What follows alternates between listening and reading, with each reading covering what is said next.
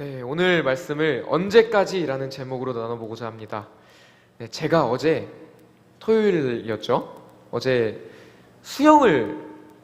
이제 수영을 해야겠다 싶어서 수영장에 갔습니다. 저는 이제 집에서 다니는 수영장이 걸어서 한 30분 좀 넘게 걸리더라고요. 교회에서 출발을 하면 태평역을 지나 모란역 지나서 조금만 더 가면 집에서 수영장까지의 거리가 됩니다. 그리고 어제 또 날씨가 조금 추웠어요. 바람도 많이 불고 하늘도 막 구름도 많이 껴있고, 그렇게 이제 한쪽에 수영 가방을 이렇게 메고 이제 길을 떠났습니다. 이제 노래 들으면서 이제 찬양 들으면서 이제 주님 내일 뭐라고 어떻게 해야 될까요? 주님 좀 이렇게 기도하면서 갔는데요. 금방 도착하더라고요. 그렇게 걸으니까.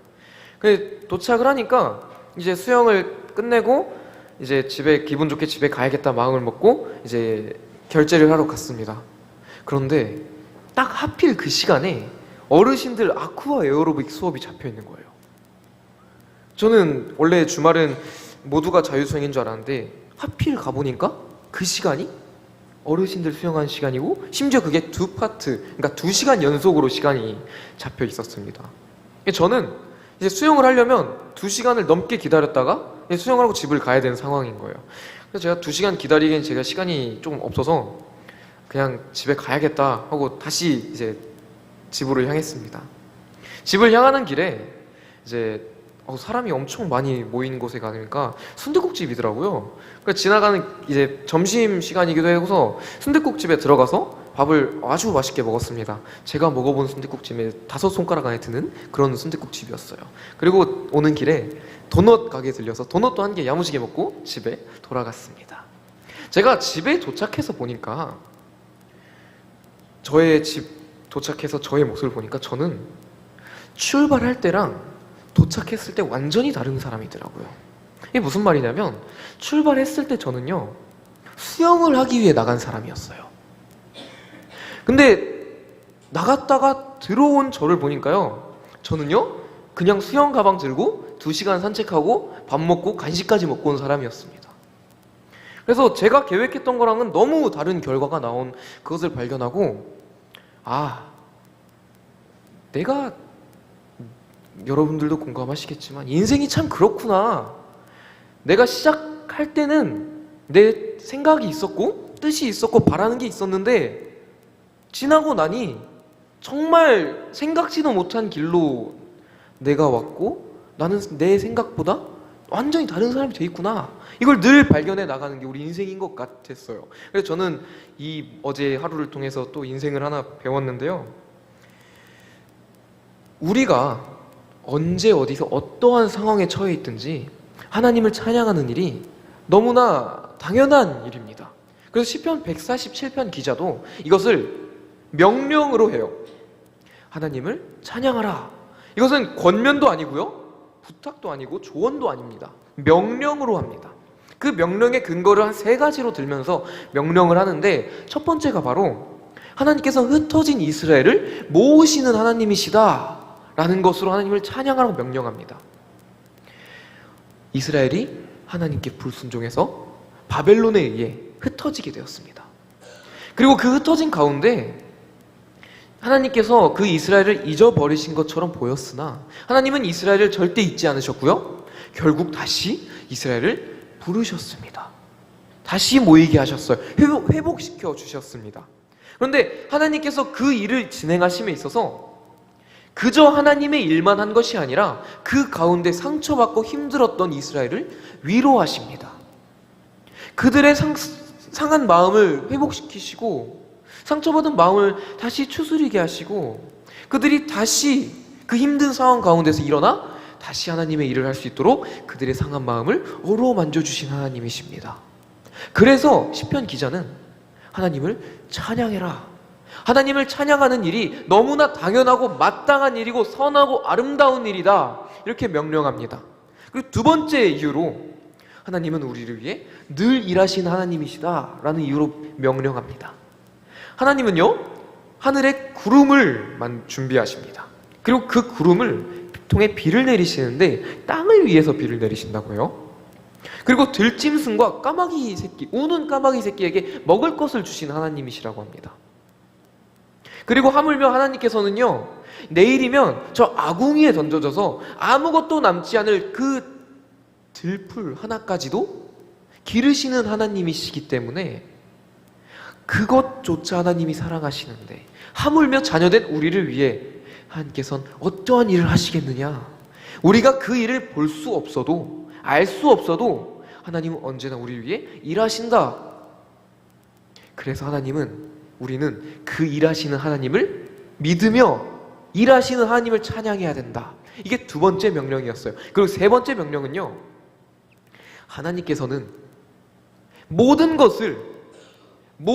것들을 다스리시고 모든 것을 이기시는 하나님이십니다. 이 세상이 하나님께 불순종했다면, 불순종하고 있지만 이 세상은 하나님이 말씀 한 번으로 모조리 없던 것으로 만들 수도 있으신 하나님이십니다. 그러나 그렇지 않으시고 하나님은 말씀으로 바람을 불게 하시고 말씀으로 눈을 녹여 물이 흐르게 하시니 우리가 알 수 없는 일로 하나님은 우리를 위해 일하시고 계신다. 그래서 우리가 하나님을 찬양해야 된다. 하나님을 찬양하는 일이 선하고 마땅하고 아름다운 일이다. 뿐만 아니라 이 일하신 하나님이 어떠한 일을 이루시느냐? 동서고금을 막론하고 가장 큰 이슈인 자녀를 기르는 일, 이 일을 해결하신다는 거예요. 자녀에게 복을 주시며 자녀를 기르시는 하나님이신데 너에게 가장 중요한 일을 해결해 주시는 하나님을 믿느냐? 그러면 너에게 주어진 문제 하나님께 맡겨드려라. 하나님께 찬양해라. 이것이 시편 기자 147편 기자의 명령이었습니다. 그런데요, 우리가 정말 언제나 하나님을 찬양할까요? 찬양하는 일이 마땅하지만 우리는 연약한 인간이라 언제나 하나님을 찬양하진 못하는 것 같아요. 제가 신학대학원에 입학할 때 생겼던 에피소드입니다. 제가 그때는 일을 하고 있었어요. 일을 해서 금요일날 이제 저녁에 이제 일을 마치고 핸드폰을 확인을 했습니다. 전화 몇 통과 문자 몇 통이 와 있더라고요. 그래서 전 문자를 확인해 보니까 제 학교 입학이 취소되었다는 문자를 받았어요. 바로 학교에 전화를 해서 확인해 보니까 등록금 문제가 해결이 안 돼서 등록금이 납부가 안 되니까 입학이 취소가 됐다. 금요일까지인데 금요일에 납부가 안 돼서 취소가 되었다. 그래서 문자를 남겼다. 그렇게 학교에 대답을 받았습니다. 한국장학재단에 전화를 해보니까 제가 한 가지 빠뜨린 게 있었더라고요. 학자금 대출 처음 받아봐서 대출을 신청하고 심사를 받고 승인이 나고 제가 승인이 난 대출을 실행 버튼을 눌렀어야겠어요. 근데 제가 승인만 받아서 끝난 줄 알고 실행 버튼을 누르지 않았던 거예요.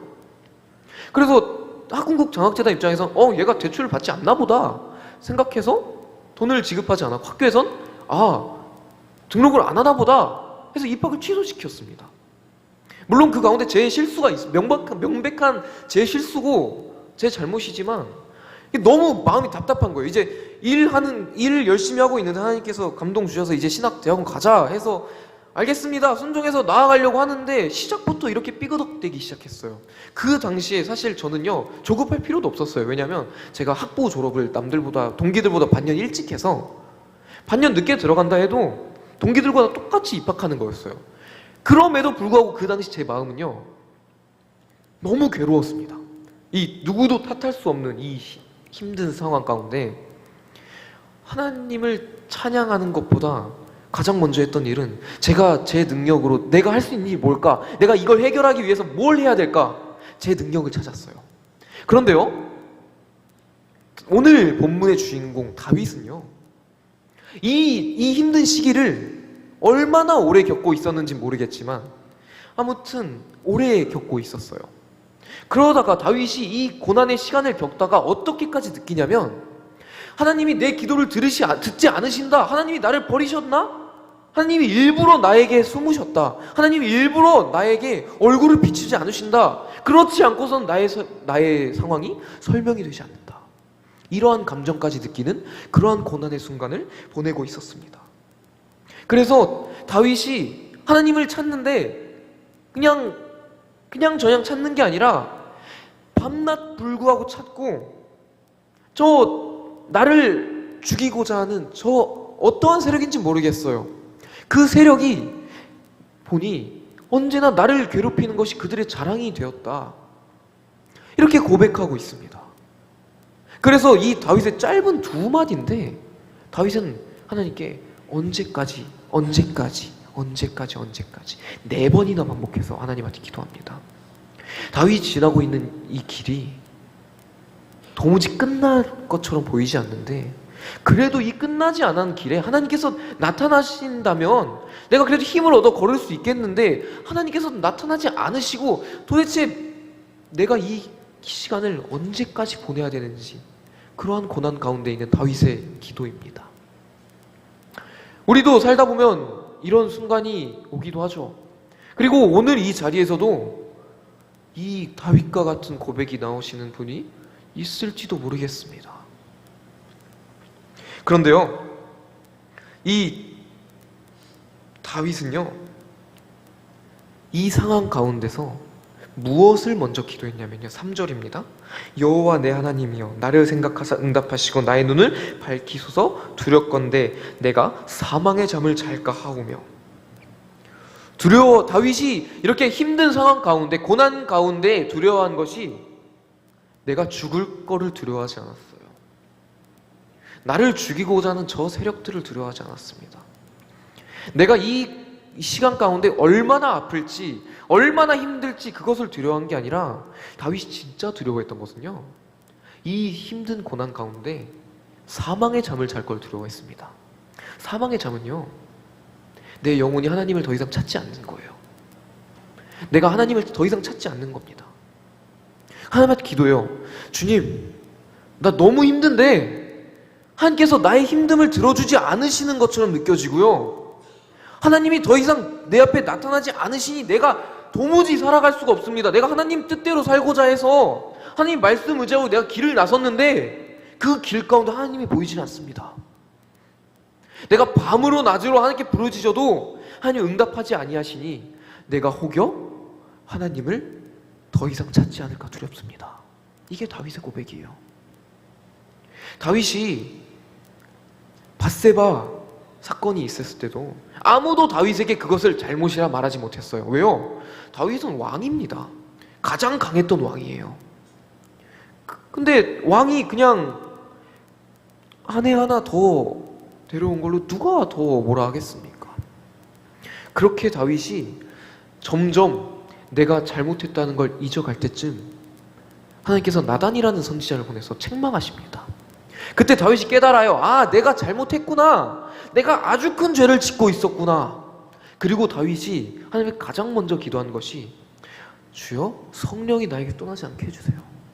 다윗이 무서운 게 이거예요. 왕위에서 내려오는 게 두려웠지 않았고요, 사람들이 욕할 게 두려운 게 아니라 내가 이 자리에서 죄를 인정하고 나아갈 때 비웃음 받는 게 혹여나 다른 나라가 우리나라를 업신여기지 않을까, 이것을 두려워한 게 아니라 다윗이 두려웠던 건 딱 하나, 하나님이 나를 떠날까, 이것을 두려워했어요. 오늘 본문도, 오늘 다윗 3절 말씀도 마치 이런 맥락입니다. 내가 이제 너무 힘들어서 하나님을 더 이상 찾지 않을 수도 있을 것 같아요. 이게 하나님을 향한 협박이 아니에요. 다윗은요, 끝까지 자신의 나약함을 인정하며 나아갔어요. 주님, 내가 믿음으로 나아가는데요, 믿음으로 나아가고 싶은데 끝까지 나타나지 않으시면 나는 어쩔 수 없이 연약한 인간이라 실족할까 합니다. 넘어질 것 같습니다. 그래서 내가 영원히 사망의 잠을 잘 것 같습니다. 그러니까 주님, 나를 제발 불쌍히 여겨서 이제라도 나타나 주세요. 다윗의 기도가 나의 연약함을 먼저 인정하고 하나님의 긍휼을 구하는 기도입니다. 우리가 먼저 이 고난 가운데 나아갈 때 우리는 본능적으로 내가 뭘 할지 먼저 생각할 수 있어요. 제가 그 사건이 터졌을 때 제일 먼저 생각한 게, 어떻게 해야 되지? 내가 뭘 해야 되지? 학교에 빌어야 되나? 근데 빌어서 될 문제도 아니고 전산 처리가 되는 거기 때문에 어떻게 도무지 방법이 없었습니다. 학교에 제가 다시 전화해서 입학처에 진짜 거의 빌듯이 사정을 했어요. 상황이 이러이러하다. 어떻게 해야 되냐? 입학처에서 저의 사정을 다 듣고 그래도 학교에서 해줄 수 있는 가장 최선의 방법은 예비 1번으로 넣어주는 거다. 예비 1번이라는 건요, 입학금까지 내고 입학을 완료한 한 사람이 입학을 포기해야 제 자리가 나오는 거거든요. 그렇게 예비 1번 받고 이제 시간을 보냈어요. 시간이 흘러갑니다. 3월이 개강인데 2월 중순까지 연락이 없었어요. 그런데 2월 말에 저 학교에서 전화가 왔습니다. 지금 등록금 낼 수 있어요? 그렇게 입학을 했습니다. 그래서 제가 이 사건을 두고 경험한 게 첫 번째가요, 아, 나는 하나님 앞에 아직도 하나님을 의지하지 못했구나. 하나님의 일을 한다고 나왔는데 아직도 내 방식대로 하려 했구나. 그리고 두 번째가, 하나님은 언제나 내 생각보다 더 뛰어나게 일하신다. 그래서 그 사건의 메시지는 분명했습니다. 앞으로 내가 걸어가야 할 길이 내가 걷는 길이 아니다. 하나님이 하셔야 되는 일이다. 이 메시지를 분명히 주시고 저를 신대원에 보내셨습니다. 그래서 다윗이요, 이 자기의 연약함, 이 하나님의 영광을 위한 기도 이후에 이렇게 기도해요. 5절입니다. 나는 오직 주의 사랑을 의지하여 싸우니 나의 마음은 주의 구원을 기뻐하리이다. 놀라운 고백이 나옵니다. 다윗이 지금 사건이 해결된 게 아니에요. 하나님한테 나와서 이렇게 기도합니다. 주님, 언제까지입니까? 언제까지입니까? 도대체 언제까지 나를 이 고난 가운데 두시겠습니까? 언제까지입니까? 내가 주님을 더 이상 의지하지 못하게 실족할 것 같습니다. 저들을 보십시오. 저들이, 내가 약함이 저들의 자랑이 되었고, 만일 하나님께서 나를 끝까지 나타나지 않아서 나를 버리시면 저들이 하나님을 욕하게 될 것입니다. 그 뒤로 다윗의 고백은요, 주님, 내가 이제 주님의 구원을 기뻐합니다. 입술로만 하는 기쁨이 아니었어요. 마음으로 하는 기쁨이었습니다. 다윗은요, 자신이 드린 기도에 확신이 있었습니다. 다윗은요, 자기가 받은 구원, 하나님께서 나를 분명히 구원해 주실 것을 믿으며 나아갈 때 그 구원이 자기의 기쁨이 되었어요. 구원은요, 우리가 값없이 받은 겁니다. 그저 사랑으로 받은 거예요. 우리가 무엇을 들여서 받은 것도 아니고 무엇을 해서 받은 것도 아니에요. 우리는요, 원래 죽어야만 했어요. 죄 가운데 있어서 죽는 것이 당연합니다. 어쩔 수 없어요. 단 한 영혼도 피해갈 수 없는 게 바로 이 죄에 대한 심판이었습니다. 그리고 우리는 영원히 지옥에서 고통받아야 됐어요. 근데 하나님께서요, 우리를 너무 사랑하셔서 차마 그걸 볼 수가 없어서 예수님을 이 땅에 보내주셨어요. 자기의 하나뿐인 아들을 이 땅에 보내셨습니다. 그것도 그냥 우리랑 똑같은 모습으로, 똑같은 육신으로 보내주셨어요. 예수님께서는요, 이 땅에 오셔서 우리가 겪어야 될 모든 슬픔과 아픔과 고난과 압제와 무슨 욕과 모욕과 모든 것을 묵묵히 감당하셨습니다. 한 번도 자기의 의로움을 변호하지 않으셨고요. 그리고 마침내 십자가에 달려 우리를 죄를 대신하여 지시고 돌아가셨습니다. 그리고 부활하셨어요. 이제 우리는 이 예수님의 십자가, 예수님의 피 흘리심, 예수님을 믿기만 하면 하나님께서 이제 우리를 영원한 하나님의 나라로 우리를 인도하시겠다 약속하셨습니다. 이게 우리가 받은 구원이 우리가 어떠한 노력으로 받은 것이 아니라 하나님의 전적인 은혜로 입은 것처럼, 다윗 또한 하나님께서 주실 그 긍휼하심, 하나님께서 나를 버리지 않고 나를 끝까지 지켜보실 것, 나의 기도를 들으실 것을 확신하며 나아갔습니다. 그리고 이 확신이, 구원의 확신이 이 마음 깊은 곳에 기쁨이 되니까 이제 다윗은 상황에 상관없이 기뻐할 수 있게 되었어요. 다윗의 기쁨이 억지로 이기려는 기쁨이 아니에요. 힘든 상황 가운데서 하나님을 기뻐해야 된다, 억지로 하는 기쁨이 아니었습니다. 이 마음 가운데 구원의 확신이 있다면 내가 어떠한 상황에 있든지 하나님께서 분명히 나를 불쌍히 여기시고 나를 사랑하시고 그래서 나를 이 가운데서 건져내실 것이다.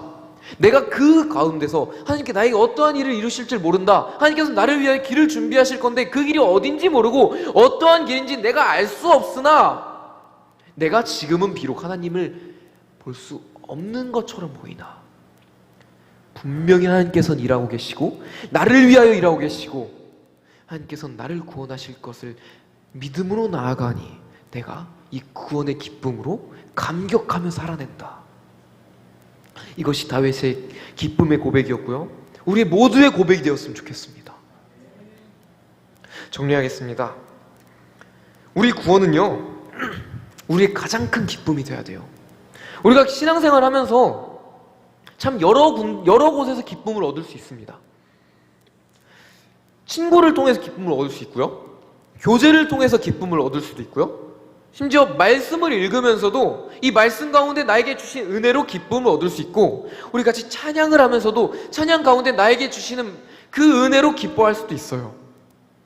그리고 하나님께서 나에게 이 신앙생활을, 나의 삶을 통하여 이루시는 그것을 바라보며 내가 기뻐할 수도 있습니다. 그러나 그 기쁨들이 나의 진정한 기쁨이 아니라 내가 주님을 믿으며 내가 예수님을 믿으니 예수님이 나를 구원하셨다, 이 구원의 확신으로 나오는 기쁨이 되고, 그 기쁨으로 인한, 구원의 확신으로 인한 기쁨이, 그것이 우리의 신앙생활의 기쁨이 아닐까요? 그래서 우리 지금 이 시간 확인하고 질문하고 싶은 거는, 점검하고 나아가고 싶은 거는, 내 마음 가운데 진정으로 구원의 기쁨이 있는가? 이것을 늘 확인하면서 늘 나아가셨으면 좋겠습니다. 그래서 우리가 어떠한 사역을 감당하든지, 우리 교회 가운데 어떠한 일이 일어나든지, 내가 하나님께서 나를 어떠한 자리로 보내시든지 그것이 나의 기쁨이 되길 주님의 이름으로 축복합니다. 기도하시겠습니다. 하나님 아버지, 감사합니다. 오늘 우리가 주님 다윗의 기도를 들으며 주님 앞에 나아갔습니다. 주님께서 우리에게 주시는 말씀처럼, 다윗의 고백처럼 내가 지금은 힘든 상황 가운데 있을지라도 이 힘듦이 언제 끝날지, 주님께서 나를 언제까지 나에게 침묵하실지 모르지만 내가 그럼에도 주님께 기도하며 나아가는 것은 나의 유익이 아니라, 나의 만족이 아니라 주님의 영광을 위하여 기도합니다. 주님의 나라를 기도하오니 주님께서 나에게 필요한 모든 것을 채워주실 줄로 믿습니다.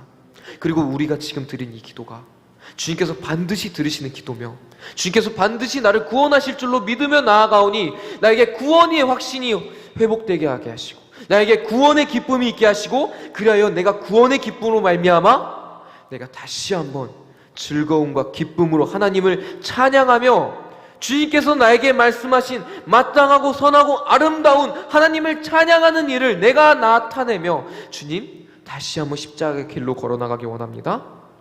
주님 나를 붙들어 주시고 나의 기도 들어주시고 주님께서 나를 구원하실 줄로 믿으며 나아갑니다. 살아계신 하나님께 예수님의 이름으로 기도드립니다.